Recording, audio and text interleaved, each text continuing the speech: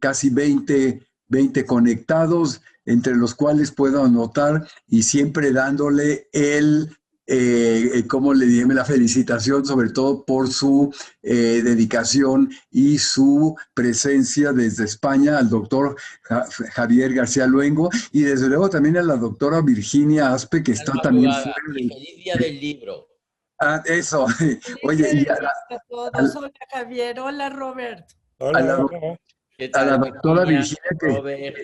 que se encuentra también en los Estados Unidos. Ana, también nos da mucho gusto verte siempre y reconociéndoles su valor Hola, por estar presentes buenas a tardes. esta hora allá en España. Nuri, bienvenida también, que allá por parte de la academia. No sé por ahí quién más esté ya conectados, pero bueno, es una tarde cálida aquí en la Ciudad de México, a pesar de que parece que va a llover, pero pero bueno, con buen clima dentro de todo y bueno, pues sobre todo muy contentos de reunirnos los académicos para escuchar a Robert Ball.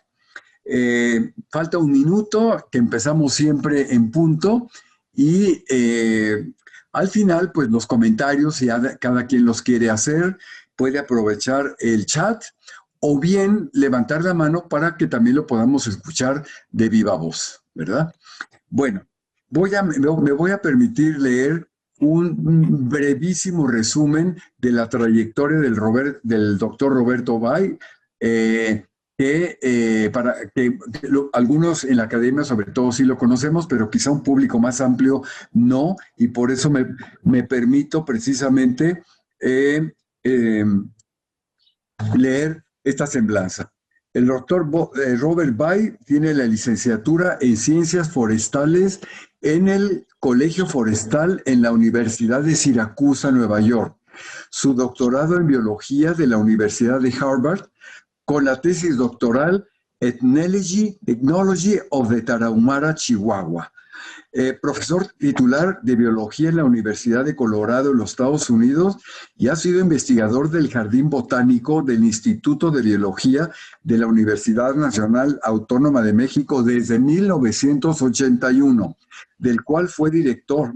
Sus campos de especialidad incluyen etnobotánica, botánica económica, florística, taxonomía y biosistemática de las plantas vasculares y la historia de la botánica. Ha publicado múltiples artículos en los campos de su especialidad, tanto en revistas de investigación como de divulgación científica. Entre los reconocimientos internacionales con los que ha sido distinguido, está en inglés, perdonen por el acento, pero Distinguished Economy Botanist. Si lo hubiera leído la doctora Aspe, seguramente su inglés sería mejor que el mío, pero bueno. Y miembro de número de nuestra Academia Hispanoamericana de Ciencias, Artes y Letras, correspondiente de la Real Española, entre otras. Su contribución al establecimiento y promoción de los jardines botánicos mexicanos ha sido agradecida al recibir el reconocimiento vitalicio como miembro honorario de la Asociación Mexicana de Jardines Botánicos AC. Debido a sus contribuciones a la botánica mexicana, recibió la medalla al mérito botánico por la Sociedad Botánica de México en el 2019. Recientemente, fue reconocido por su contribución pionera a la etnobiología en México por la Asociación Etnobiológica Mexicana. Y con base en sus oportunidades de visitar colecciones botánicas e instituciones históricas en los Estados Unidos y Europa, ha podido rescatar especímenes olvidados y notas de campo de algunos botánicos que han contribuido a la formación de la etnobotánica tanto en Estados Unidos como en México. Pues Robert, te admiramos profundamente, te damos la palabra y tengo entendido que vas a pasar un PowerPoint y bienvenido. Perfecto, y bienvenidos los académicos, bienvenidos el público que nos sigue y adelante Robert, te escuchamos. Ok, muy bien, muchas gracias. Buenas tardes a todos y todas. Rubén, ya está proyectado la imagen. Pues sí, se ve por lo Sí, menos el sí, título sí. ya. Ok, muy bien. Ok, pues me da mucho gusto de compartir con ustedes algo de la investigación que estamos realizando en UNAM y en particular que tiene que ver con la historia de Nueva España y después la independencia con México. Antes de iniciar, pues quiero reconocer que este trabajo incluye aportaciones de varias personas, en particular mis colegas de investigación de campo, como Levario, mi esposa Edelmira Linares y colega Tom Hanota, pero también varias personas del Instituto de Biología que está en la lista aquí, tanto en la biblioteca como en zoología y botánica, ha aportado mucho en este presentación. Y es muy importante para mí reconocer la inspiración para investigar desde este punto de vista que he recibido de mis maestros, tanto de licenciatura como de posgrado, y también colegas mexicanos que han compartido conmigo la visión mexicana. Vamos a tocar aquí 5 puntos cuando hablamos de la ciencia Humboldtiana en Nueva España y después su transición a México y el oeste de Estados Unidos. Entonces, este va a ser el programa de avance que vamos a tener y así podemos tratar de evaluar cómo ha avanzado la ciencia Humboldtiana en nuestro país. Primero vamos a averiguar qué es la Nueva España septentrional. Esta es una zona geográfica que ha tenido más de 3,5 siglos de cambios y este ha influido mucho en la ciencia como conocemos hoy en día. En particular, podemos ver aquí en el siglo XVIII que la Nueva España extendió desde el istmo de Panamá hasta Alaska y cubrió gran parte del continente norteamericano. Y entonces, esta zona tiene una gran diversidad cultural y gran diversidad biológica también.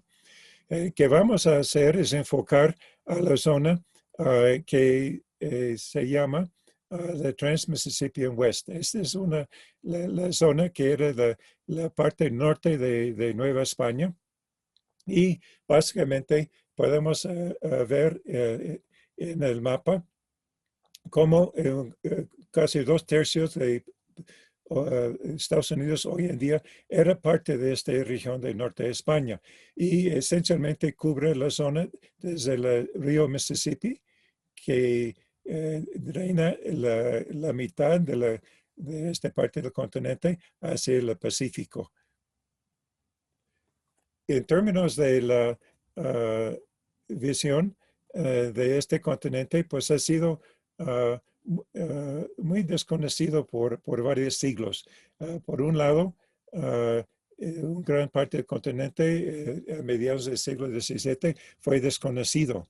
Luego, con el trabajo de Humboldt, y podemos ver aquí sus mapas, pues todavía sigue desconocido en términos de las estructuras ecológicos y también las culturas, y principalmente habla de la cresta de las montañas pedregosas, que quiere decir las montañas rocosas que está señalado aquí en rojo. Y este fue básicamente el reto tanto de los españoles y los mexicanos como después varios exploradores extranjeros. Vamos a hacer una breve explicación de la ciencia humboldtiana. Este realmente puede ser todo un semestre de discusión, pero básicamente voy a enfocar a los principios. Aquí, en parte, los registros de observaciones directas del campo fue sumamente importante. También la documentación con muestras de especímenes con datos de espacio, tiempo y contexto. Y el enfoque transdisciplinario, no nada más de una sola disciplina, pero cómo integrar disciplinas de varias ciencias. También Humboldt enfocó a la caracterización intercultural, interacción entre varias culturas, y a final de cuentas, él quiso tener sus resultados que tienen interés para toda la humanidad. Y por medio de esta visión, él promovió una red de correspondencia a la escala mundial, como las redes sociales que tenemos hoy en día. Él promovió en su manera hace más de 2 siglos. Y también él promovió los logros de las instituciones para promover el conocimiento para compartir con la sociedad. Entonces, la sociedad fue un elemento fundamental en su investigación, a la cual promovió la popularización y democratización de la ciencia a nivel mundial. Y esta ciencia, él quiso tenerlo sensorial. ¿Qué quiere decir? Que gente puede visualizar los resultados, aunque ellos no han tenido oportunidad de visitarlo en persona. Ahora, cuando Alexander von Humboldt llegó a México, hubo un cambio en su paradigma de investigación, un paradigma que enfocó más a la utilidad de las plantas para el hombre. Aquí podemos ver, en resumen, su trayectoria cruzando el Atlántico, varios años en el noreste de Sudamérica, donde realmente hizo su fama en términos de la ciencia natural. Y por un año salió de Guayaquil hacia México y tuvo una estancia aquí de poquito más de un año antes de regresar a Francia. Entonces, realmente, una quinta parte de su viaje al mundo fue aquí en México. Él fue el primer investigador extranjero de recibir permiso de explorar esta zona. Había exploradores anteriores, pero sin permisos. Y Carlos IV pues, fue fundamentalmente interesado en tener la visión de este ingeniero minero y naturalista sobre las bondades y problemas de Nueva España. Entonces podemos ver aquí, fue el primer extranjero para recibir este permiso, y en 1827, aunque no tuvo residencia aquí después de su primera visita, recibió la nacionalidad mexicana, y también en centenario de su muerte, benemérito de la patria. Aquí está la estatua de Humboldt, que está hoy en día en la Alameda en la Ciudad de México, para los que quieren visitarlo. Y parte de su prioridad fue la publicación, tanto científica como popular, de sus resultados de trabajo de campo, como su integración a las ciencias, artes y literatura a nivel mundial. Su última obra fue publicado un año antes de su muerte, el famoso Cosmos. Ahora, debido a su interés de interculturalidad, él formó parte de círculos intelectuales europeos de la época, en parte compartiendo con su hermano Wilhelm von Humboldt, que fue un filósofo, lingüista y diplomata muy importante de la época. Y aquí a la derecha podemos ver una de las ilustraciones donde está en su reuniones semanales con gente como Schiller y Goethe. Entonces, él realmente fue una persona con intereses múltiples y compartió esta información a todos los niveles. Una de las cosas interesantes que hemos encontrado es que una carta de 1822 a su hermano, como parte de esta discusión intelectual, él propuso que México será el centro de un instituto para estudios de ciencias naturales en las partes elevadas de América. Obviamente podemos recordar que en esta época fue una lucha contra la corona española, y pues él estaba muy consciente de la importancia de desarrollar la ciencia en instituciones aquí en México y Latinoamérica en general.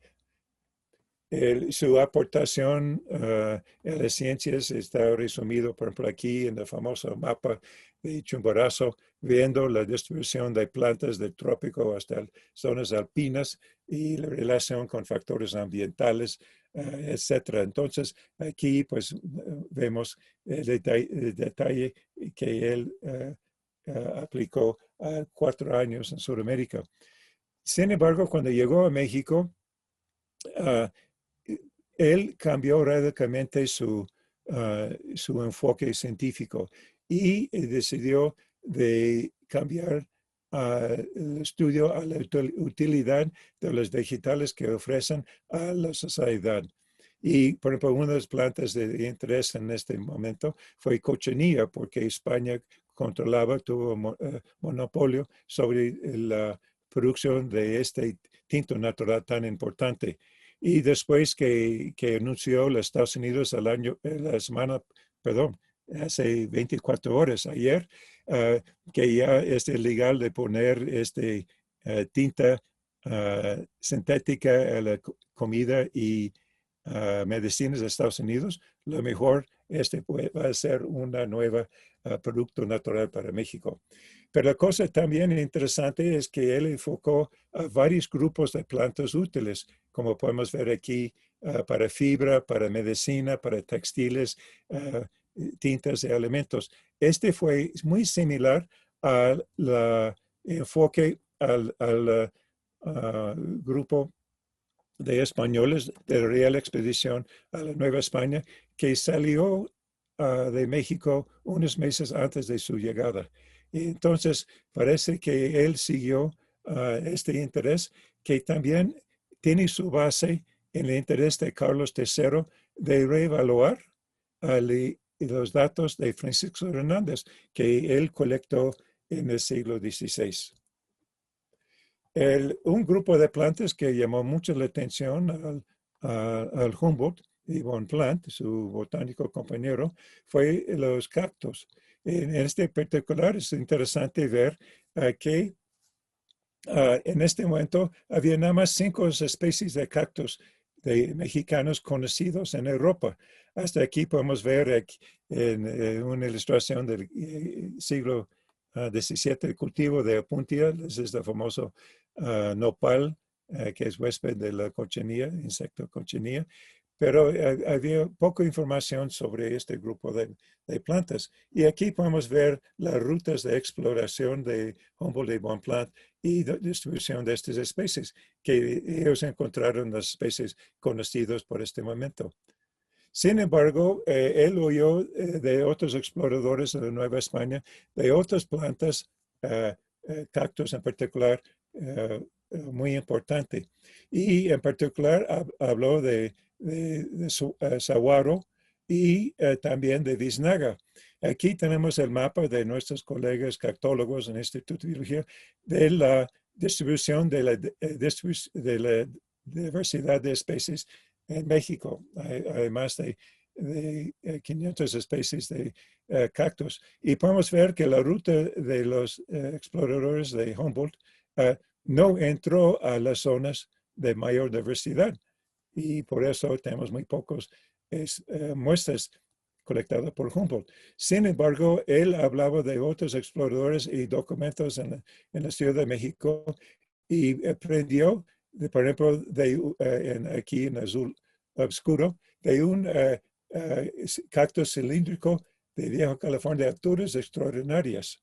Ese que hoy en día conocemos es saguaro. Aquí a la derecha arriba tenemos una ilustración de un jesuita, misionero jesuita en Baja California, que dibujó este cilíndrico cactus muy alto, y de un lado la primera ilustración científica a mediados del siglo XIX, hecho por la expedición de la Comisión de Límites entre Estados Unidos y México. Entonces, aunque él nunca puede verlo directamente, él estaba en contacto en su red social del momento con Emery y con Engelman para conocer más detalles sobre cactus icónico mexicano. También el tercer cactus más grande conocido en el mundo en este momento, cuando él publicó en 1849, el Pherocactus wilsonii, y podemos ver su distribución en la línea azul aquí, que Wisnesnes, un correspondiente de él, un médico alemán que vivió en Estados Unidos en este momento, mandó información y fue descrito como una nueva especie también en este momento. Entonces, aunque Humboldt no puede ver y conocer y descubrir este grupo de plantas icónicas de México, él mantuvo interés a lo largo de su vida y sus publicaciones. Y creo que una de las cosas más importantes en este cambio de paradigma fue el mapa de la zona de tierras incógnitas. Ese es en parte basado en su mapa que ha generado mucha discusión si realmente Humboldt fue un espía para Jefferson, el presidente de Estados Unidos en este momento o no. Yo creo que no tiene ninguna base, pero si vemos su mapa, podemos ver que la parte del norte de Nueva España, todo eso es casi vacío. Esas son las provincias marcado aquí en rojo, y podemos ver aquí está hablando de tierra incógnito, del peligro de la pachería, de los indígenas bravos que mataron gente y cosas así. Hasta documentó en el mapa de presente de este toro mexicano, el bisonte, que fue basado en el trabajo de Francisco Hernández del siglo XVI. Pero realmente hubo un gran desconocimiento de las culturas y recursos naturales de la zona. En comparación a los reinos centrales aquí, que podemos ver está repleto de nombres de lugares, de varios asentamientos, capitales, etcétera, etcétera. Entonces, el trabajo de Humboldt fue para promover la gente de explorar más esta zona de México.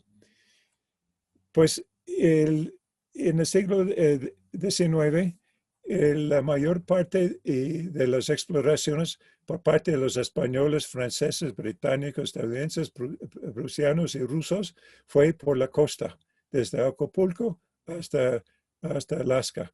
Y hay varias relaciones, pero realmente poca información sobre aspectos de ciencia natural y cultural de esta zona. Fue hasta 1820 cuando empezaron desde San Luis, Missouri, grupos de exploraciones para penetrar esta zona hacia lo que hoy en día conocemos de México.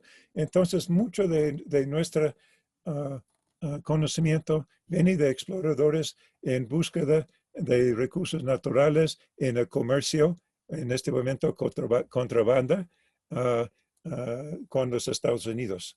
Entonces, este unió con el camino Tierra Adentro o el camino con el camino Santa Fe para proporcionar productos comerciales a los mexicanos del norte. Y otra vez para recordar que en esta época estos exploradores estaban buscando registrar sus observaciones en sus jornadas y sus libretas, colectaron muestras de científicos y muchas veces cambiaron su perspectiva sobre la sociedad y el terreno y compartieron esta información. Y vamos a verlo en una perspectiva diacrónica más adelante. Nada más quiero resaltar aquí de estos exploradores, Samuel Gutschman, que es el famoso historiador sobre imperio y exploración en las Américas, resalta que en esta época hubo un cambio grande en términos de la perspectiva de exploración. se cambió de motivos de curiosidad y sobrevivencia, porque los exploradores tuvieron que vivir de los animales y las plantas que encontraron en la naturaleza.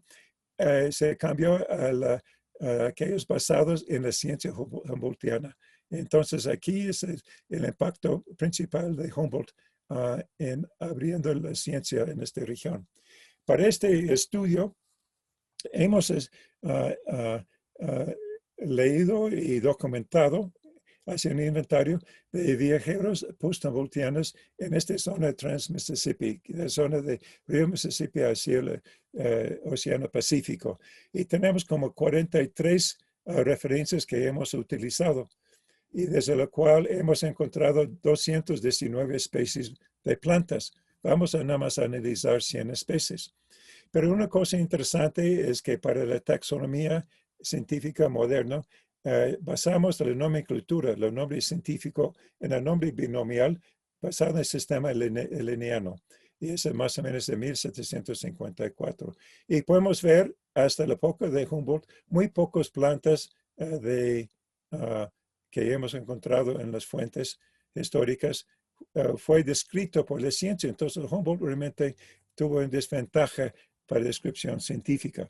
Pero después de Humboldt entraron las muestras de vario a los jardines botánicos del varios del mundial para su descripción.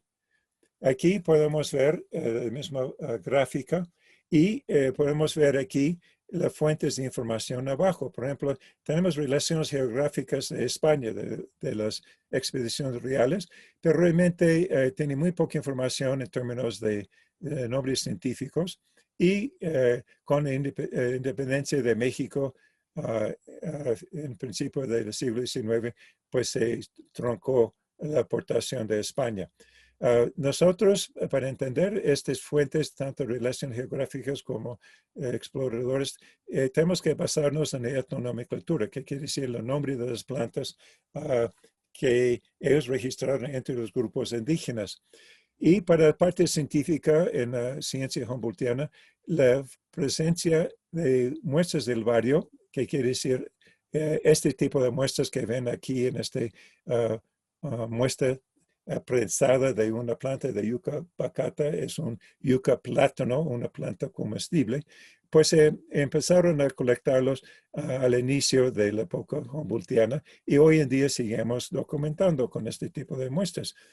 Inicialmente fue los españoles, británicos, franceses, prusianos y rusos que aportaron estas muestras, pero a partir de 1820, pues las exploraciones de británicos y americanos dominaron la ciencia en este momento. Pero también una cosa para la etnobotánica que es importante son muestras etnobotánicas. Pero estas muestras no van a ser colectados y curados por los museos hasta 1860. Y aquí podemos ver un ejemplo de unos exploradores, Palmer, y King colectó esta muestra del vario, pero también colectó la planta útil, en este caso el fruto, que es muy dulce, y también la forma de procesar un tipo de gelatina que fue comido por los grupos indígenas en el norte de Nueva España y después que fue el suroeste de Estados Unidos. Entonces aquí es como podemos evaluar el valor científico de estas exploraciones. Y había varios otros exploradores. Muchos de nosotros aprendimos que fueron hombres, que fueron en este caso, por ejemplo, John Wesley Powell, famoso explorador del río Colorado, y también antropólogo que entrevistaron varios grupos indígenas y publicó sus datos en varias publicaciones oficiales de Estados Unidos. Pero estudiando las muestras encontramos varias mujeres. Uno de ellos fue Elaine Powell, su hermana. Su hermana casó con el topógrafo de la expedición y ella quedó en los campamentos cocinando y todo eso, pero también entrevistando a las mujeres indígenas. Y ella colectó varias plantas comestibles, Por ejemplo, aquí está Amaranthus leucocarpus. Es un tipo de alegría.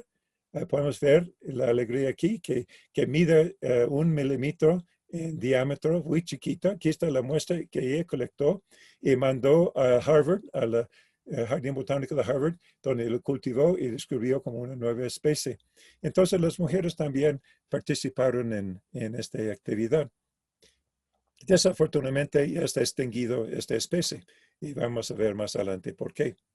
Pues no voy a entrar al modelo para análisis, pero quiero explicar brevemente que vamos a exponer los resultados de esta investigación en una gráfica aquí, donde estamos interesados en la continuidad biocultural. Se acuerda que Humboldt está interesado en estudios transdisciplinarios y de varias culturas. Y vamos a enfocar en varios grupos originarios y su conocimiento de la planta y su utilización de cada planta, de los 100 que hemos estudiado. Y también vamos a plasmarlo utilizando varios factores geográficos, como Humboldt era un hombre de mapas, pues esta forma de investigación es muy apropiado. Y cuando hablamos de continuidad, vamos a verlo desde el punto de vista diacrónica y vamos a usar un punto de vista de Kugler. Kugler fue un famoso analista de arte precolombiana y su extinción en la época colonial en México. Y él define continuidad en términos del conjunto de un elemento y un contexto. Entonces vamos a ver como elemento el nombre de la planta y el contexto en términos de categoría de uso. Hay varias formas de hacerlo, pero dejamos así en forma sencilla. Y si es una continuidad en la forma diacrónica, vamos a ver que la planta y su uso antes de 1900, que quiere decir al final del siglo XIX, es igual al el mismo elemento en contexto hoy en día, o no hoy en día, pero en el siglo XX. Y sí está una descontinuidad, que quiere decir que esta combinación no sobrevivió o no es igual en el siglo XX. Y podemos poner aquí un valor entre 0 y 1 para estos registros. Y entonces, con un ejemplo de información botánica del siglo XIX. Aquí está Edward Palmer otra vez, que colectó muchas plantas y documentó con muestras de plantas útiles para indígenas de Estados Unidos, publicado en la revista de la época de American Naturalist, más reconocido en esta época, pero también tenemos más de 50 otro tipo de referencias. Y para el siglo XX hay una recopilación de etnobotánica de esta región, hecho por un amigo antropólogo, Dan Moorman, y podemos ver, viendo la bibliografía, que la mayoría de las referencias fue publicado después de 1900. Entonces aquí tenemos la segunda parte de análisis diacrónica. Y al final de cuentas, que queremos saber es cómo está el riesgo de estas plantas como recursos bioculturales y su pérdida. Si tenemos una planta que es muy abundante en la región y tiene un valor de 1 o cerca de 1 en continuidad, pues ponemos una estrella verde aquí, porque pues ya todavía está con nosotros y tiene su importancia. Pero como parte del programa de conservación hoy en día en el estudio de biodiversidad mexicana, es ver plantas de riesgo y cómo podemos trabajar con ellos. Vamos a buscar plantas que tienen una restringido distribución geográfica y los grupos indígenas, pueblos originarios, han perdido el uso o reconocimiento de la planta. Y pues aquí tenemos otros extremos donde una planta que sigue importante hoy en día, aunque tiene una restricción en su geografía. Entonces, juntando toda esta información, salimos con una gráfica aquí, así. Por un lado, si la continuidad continuó, a lo largo del siglo, pues esperamos que los puntos lleguen aquí, esta línea aquí, más o menos igual. Pero como podemos ver, es muy diferente la historia. Tenemos en particular muchas plantas medicinales que han perdido su uso hasta su reconocimiento por grupos originarios. Y en el caso de plantas comestibles, pues todavía existen plantas que tienen un grado de continuidad. Sin embargo, podemos ver en ambos casos, hemos sufrido una pérdida a lo largo de 2 siglos de importancia de estas plantas.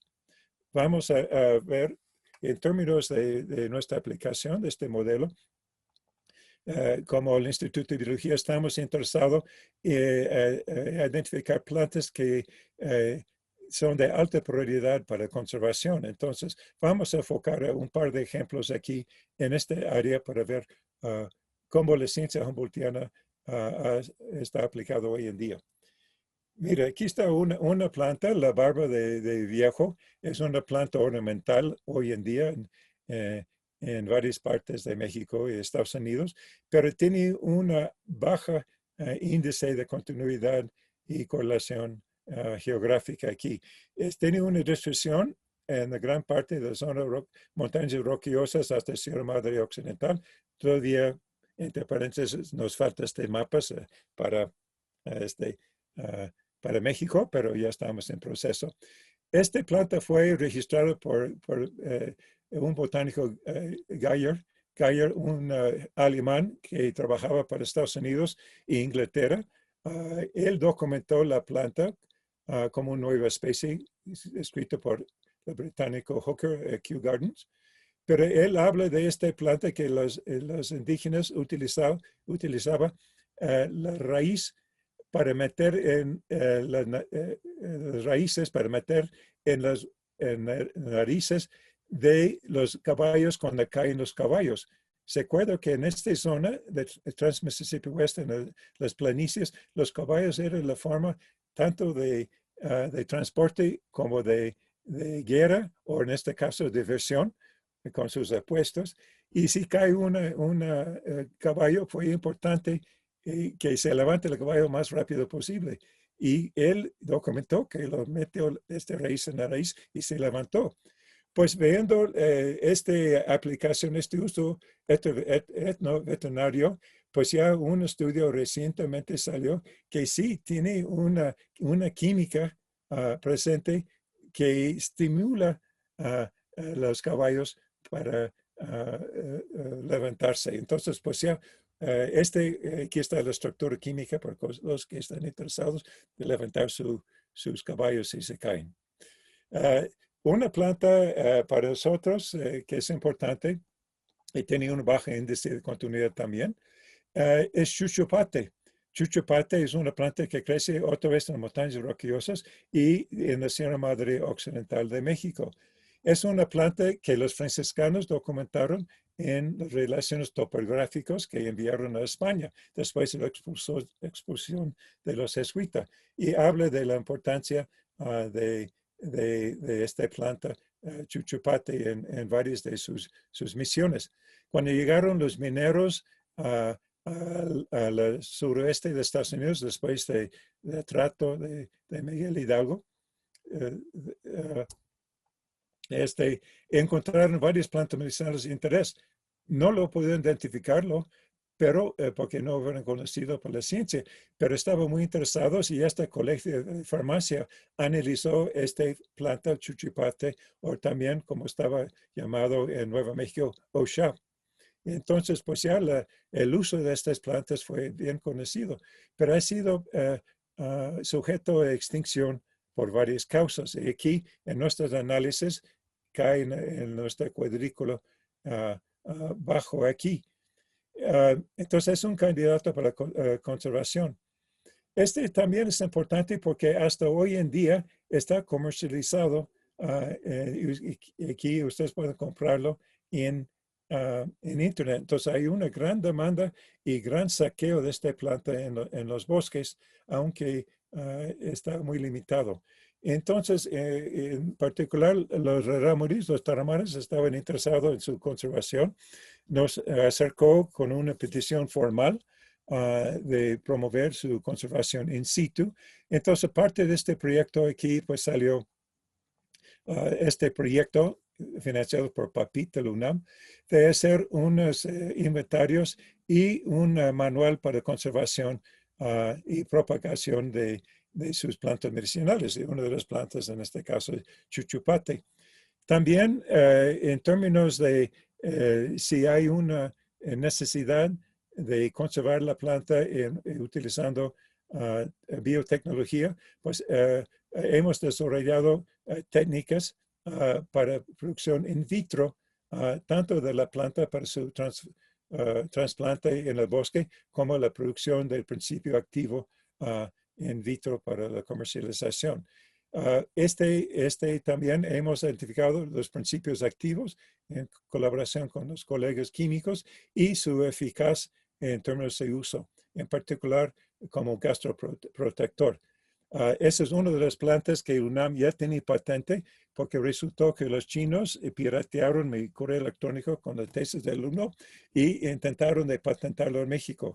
Afortunadamente, el Instituto Nacional de Protección Intelectual nos alertó y UNAM ya tiene la patente para esta planta, en la cual si sale un beneficio económico, reparte los beneficios con la comunidad rarámuri en Chihuahua. Un ejemplo de una planta de alto índice de continuidad es Kinikinik.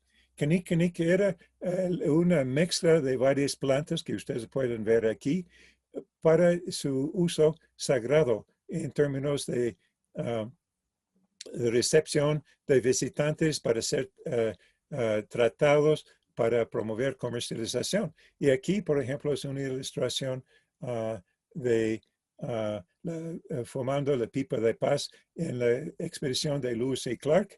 Y podemos ver aquí la pipa en su uso, intercambiando con los exploradores de Thomas Jefferson. Y aquí está un ejemplo de la pipa. Esta mezcla tiene varios elementos, pero tres principales es un tipo de arbustos y también un tabaco. Y muy interesante que el tabaco es nativo nada más a California, pues fue intercambiado entre grupos indígenas hasta planicies de Trans-Mississippi West. Entonces, pues es una planta que sigue hoy en día porque es una planta ceremonial, es una planta ritual que aprecian los grupos indígenas hoy en día. Afortunadamente o desafortunadamente había una apropiación biocultural para el comercio y otra vez si usted entra al internet, pues ya puede comprar su Kinikinik comercializado. Entonces, pues hay provocación de muchas dudas sobre la apropiación por nuestras sociedades. El último aspecto que quiero compartir con ustedes es la fragmentación de la aspiración humboldtiana en México. Humboldt, si podemos recordar, Humboldt quiso establecer un gran instituto central para las Américas liberadas en México. Este fue precisamente después de su experiencia en México en 1803 a 4, porque en este momento la Real Expedición Botánica de Nueva España, de Carlos IV, salió de México. Y al final de cuentas, nunca publicaron sus resultados, nunca lo compartió la ciencia con el público, que fue fundamental para la ciencia humboldtiana. Y hasta hoy en día todavía estamos encontrando resultados de esta expedición. Por ejemplo, los famosos cuadros de Monsignor Cesey que UNAM y siglo XXI publicó hace como ya 13 años. Todavía estamos descubriendo los beneficios de esta expedición. Pero Humboldt lo publicó inmediatamente después de regreso.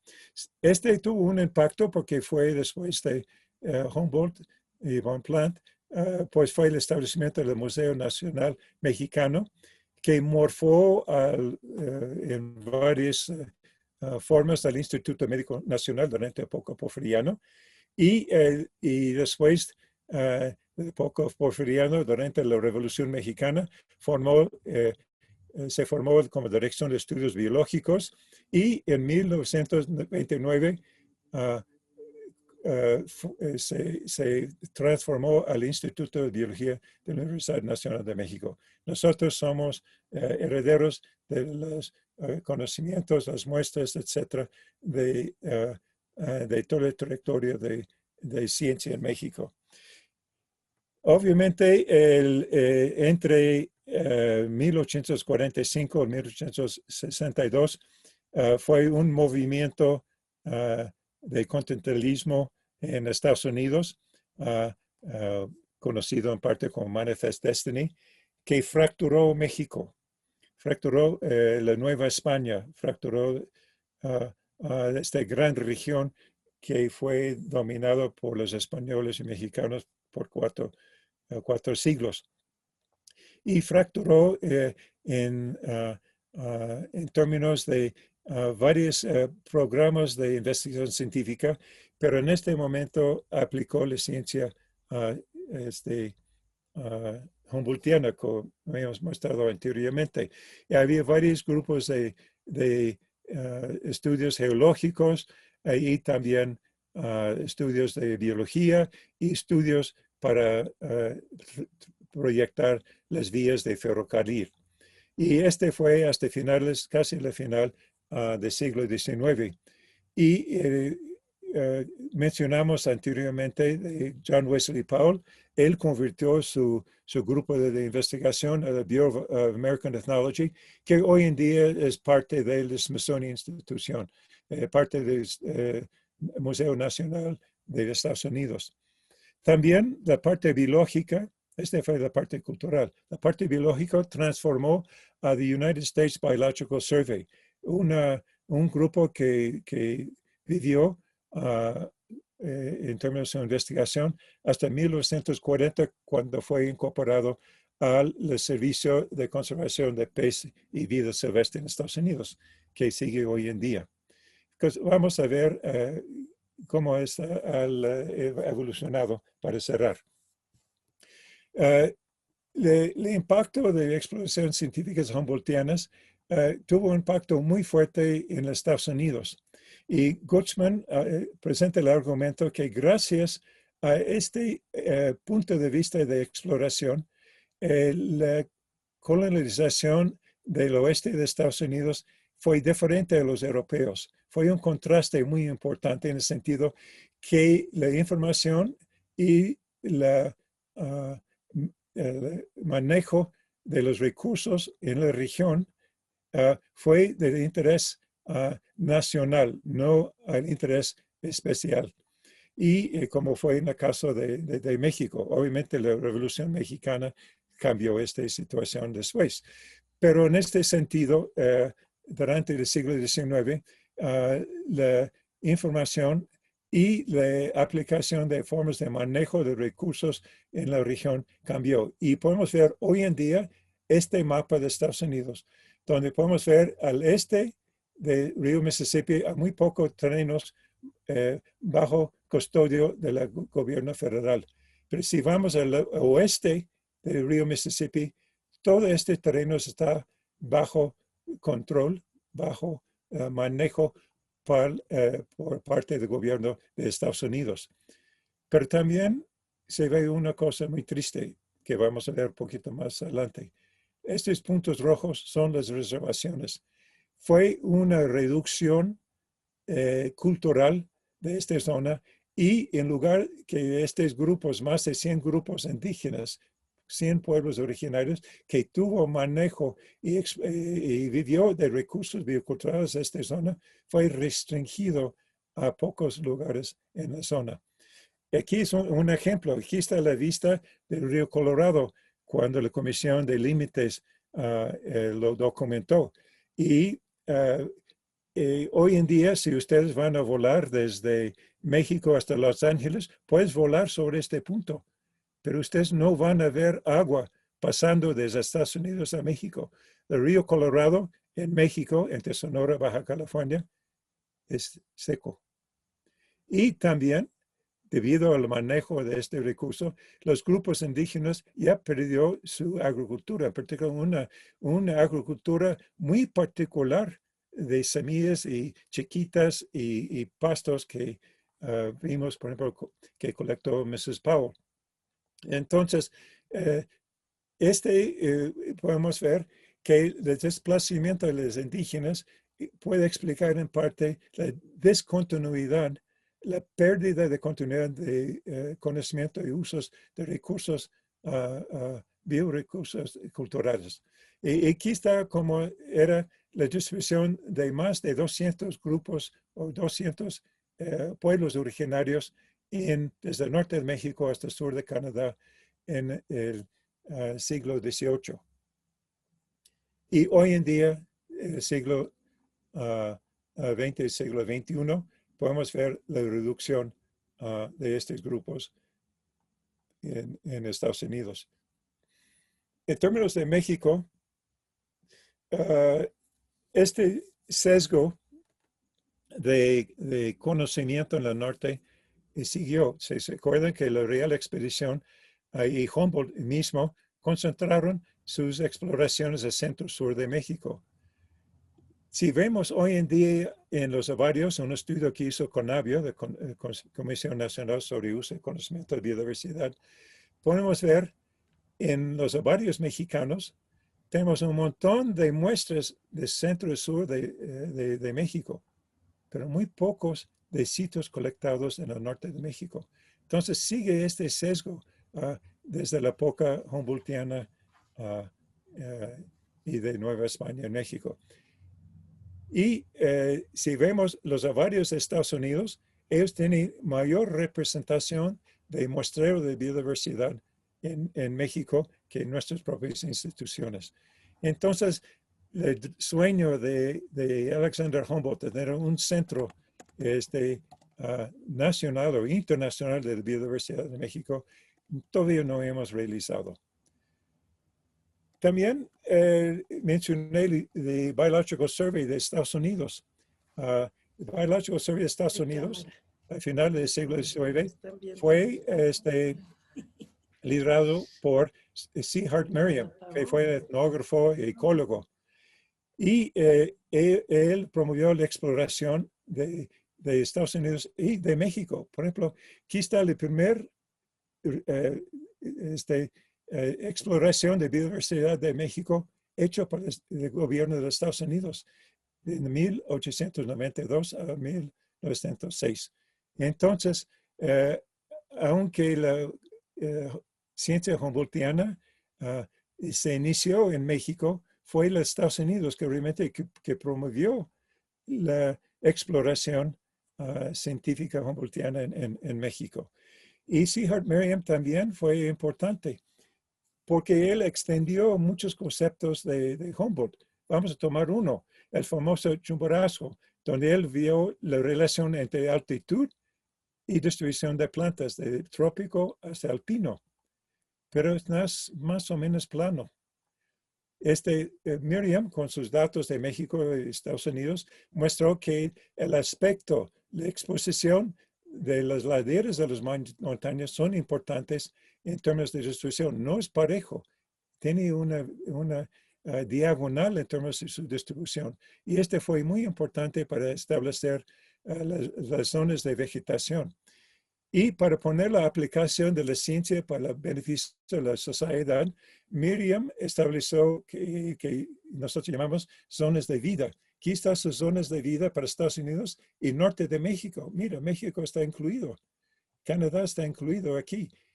Fue un argumento para los campesinos para saber qué tipo de plantas pueden introducir y cuándo pueden sembrar plantas para asegurar su cosecha, para que no se hielan. Y este sistema existe hoy en día. se llama USDA, United States Department of Agriculture, Plant Hardiness Zone Map. Ese es de 2023. Desafortunadamente no incluye México. México no tiene este tipo de mapas. Todavía Zagarpa tiene mucho que hacer. Bueno, para concluir, en resumen, la continuidad de las plantas en la Nueva España hacia la época de Trans-Mississippi West, podemos indicar que hemos perdido casi 20% de las plantas alimenticias según nuestras encuestas de 100 especies. Pero más llamativa es en términos de plantas medicinales. Hemos perdido 75% de uso de estas plantas medicinales desde la época, desde la visita de Humboldt hasta hoy en día. Esta vinculación de estos registros históricos etnobotánicos nos permite comprender que hay una dinámica en términos de la percepción, los valores, los usos y las estrategias de gestión de diferentes culturas a lo largo del tiempo. Pero con el cambio de geopolíticos que ocurrió después de Humboldt, hemos encontrado discontinuidades. En particular, esta reducción está asociada en parte a la expulsión de comunidades de pueblos originarios de sus territorios ancestrales, que hoy en día todavía es un pleito muy fuerte en Estados Unidos y también aquí en México. Y también que la política de educación de los niños nativos en internados fue enfocado a civilizarlos, que quiere decir los jóvenes tuvieron que asimilar la cultura angloamericana y abandonar su cultura nativa. La aplicación de la ciencia humboldtiana por medio de datos y especímenes de recursos bioculturales obtenidos por viajeros que fue influido por Humboldt después de su visita, enfocando a investigación de campo, redes de comunicación, respecto de la importancia de la sociedad, así como la popularización y democratización de la ciencia, se consolidó en instituciones nacionales, pero separados, instituciones por un lado en México y por otro lado en Estados Unidos. En cierta forma hay una complementariedad parcial del sueño de Humboldt, pero todavía nos falta un camino muy largo para caminar. Los narrativos y colecciones de hombres y mujeres exploradores nutren nuestro crecimiento de ciencia botánica en taxonomía, florística, geología, evolución, biogeografía, etnobotánica, en que hoy en día es el oeste de América, desde el sureste de Canadá hasta el norte de México. Y los productos y protocolos de ciencia humboldtiana del siglo XIX siguen aplicándose hoy en día en la actualidad. Ahora, ¿cómo calificaría Humboldt de nuestros avances científicos y culturales después de su visita de hace 220 años? Pues es algo para pensar. Muchas gracias. Muchísimas gracias, Robert, por tu interesante presentación y para muchos de nosotros muy desconocido el tema y obviamente para crear conciencia de dónde estamos. Ciertamente son datos muy impresionantes y si Humboldt viniera y se asomara hoy en día aquí, se revolcaba en la tumba nuevamente. Pues sí, y también quiero decir que la estatua de Humboldt en la Alameda a veces pintarrajeada, porque en México a veces, ay Dios mío, ya las de haber visto, ¿verdad? Pero la reparan y la reparan, pero ahí está con una presencia muy interesante. Pues si alguien quiere comentar algo, por favor, el doctor José Rubén Romero quiere comentar algo. Adelante, José Rubén. Prende tu micrófono. Ya. Ahora sí. Robert, te felicito de verdad. He disfrutado mucho tu conferencia. He aprendido muchísimo. Te felicito. Y Jonas, quisiera preguntarte dos cosas. Una, si Humboldt conoció de alguna manera el trabajo de Musigno y de Cecé. Y lo otro es, ¿qué hubiera pasado si estos trabajos de Musigno y de Cecé hubieran sido publicados? ¿Qué trascendencia habrían tenido?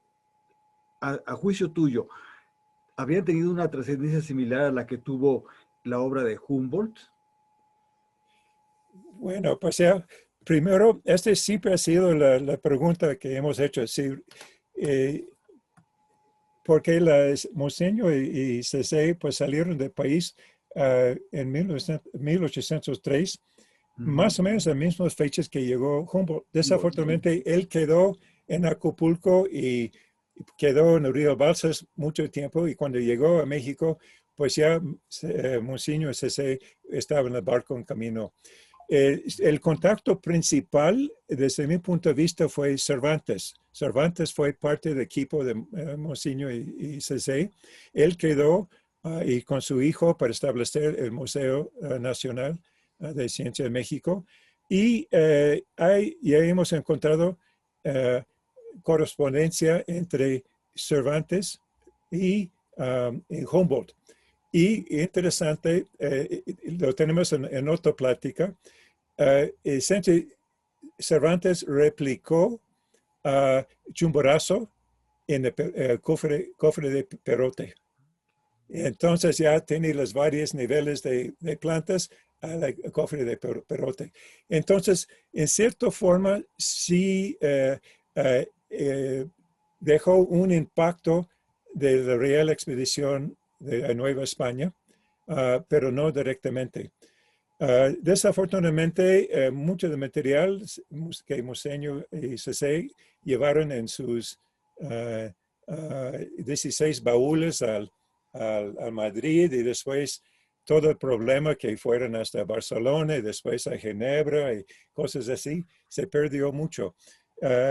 México en 1890 intentó de publicar fragmentos, pero desde el punto de vista de taxonomía botánica estaba fuera de fecha. Muchas de las plantas fue escrito por Humboldt, que obviamente la situación política en España en este momento no fue adecuado para promover la ciencia, y mucho menos la publicación de difusión. Además, esta información fue propiedad de la corona, no fue disponible al público, ¿no? Yo siempre hemos tenido la pregunta si Humboldt intentó de contactar el grupo allá en España. Obviamente Cesé murió unos años después.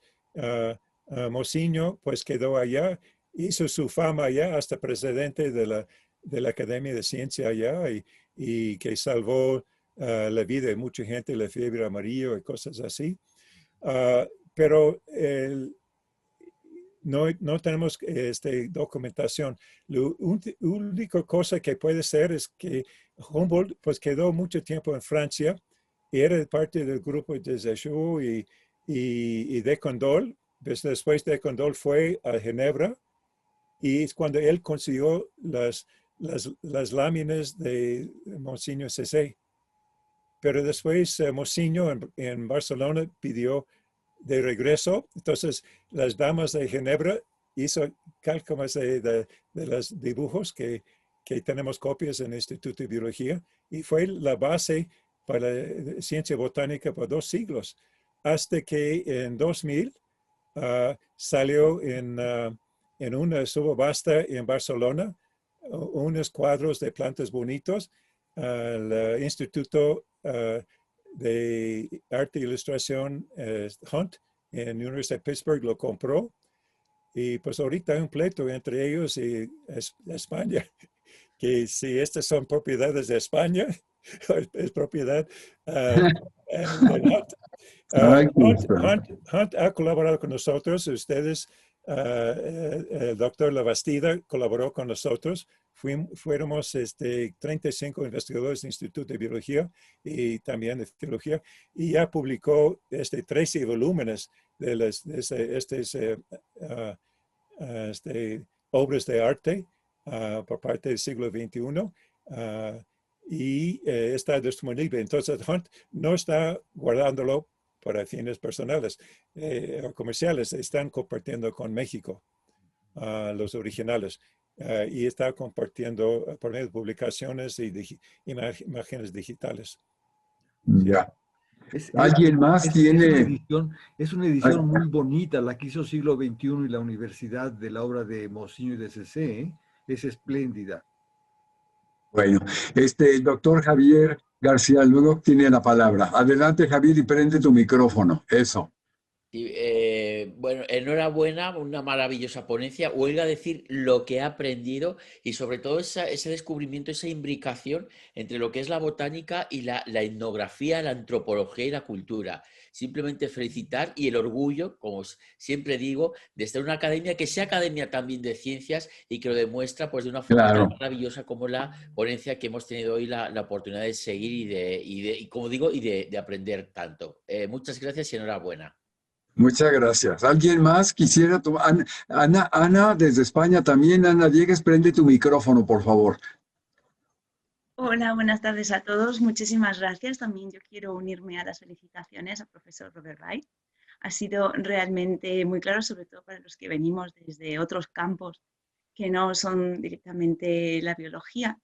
Y bueno, yo lo que sí quería recordar, porque es cierto que a Humboldt está echando una mano pues Carlos IV.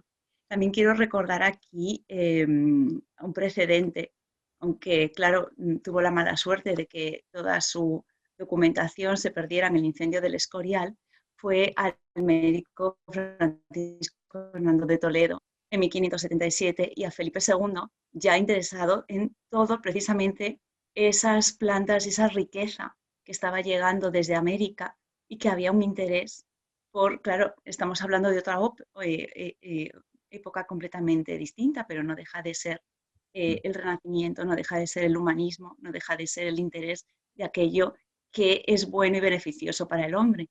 Entonces ya este médico español fue con mandato del rey a recuperar o a tomar nota de toda esa biodiversidad que había en este nuevo mundo, y precisamente lo que más le interesaba es tomar nota de esos elementos medicinales que podían sacarse aquí. Entonces, también quería recordarlo un poco como reivindicando también su figura que, bueno, por la mala suerte de la historia, pues ha quedado un poco oculta, y que después Humboldt, pues yo creo que en cierto modo, pues también ha tomado su testigo. Muchísimas gracias, profesor White, porque ha sido muy elocuente, muy claro, y también creo que es una forma, un acicate para todas aquellas nuevas generaciones, ver todo lo que aún nos falta por avanzar, por aprender y por no olvidar esos usos que se hacían de la medicina y que podemos volver a recuperar. Muchísimas gracias a todos. Muchas gracias, Ana, por tu comentario. ¿Alguien más? Bueno, Hugo Martínez escribe, felicidades, muy interesante conferencia. Hay comunidades que recolectan plantas medicinales en condiciones difíciles, ya que no se pueden cultivar en ambiente controlado, es necesario su recolección en terreno agreste. No sé si quieres... Hay mucho que hacer aquí y afortunadamente nosotros hemos tenido apoyo por parte del UNAM como por parte de Conavio para estas cosas.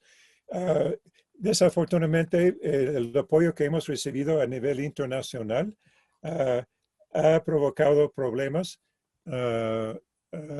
Hasta fuimos acusados de ser biopiratas mundiales y cosas así.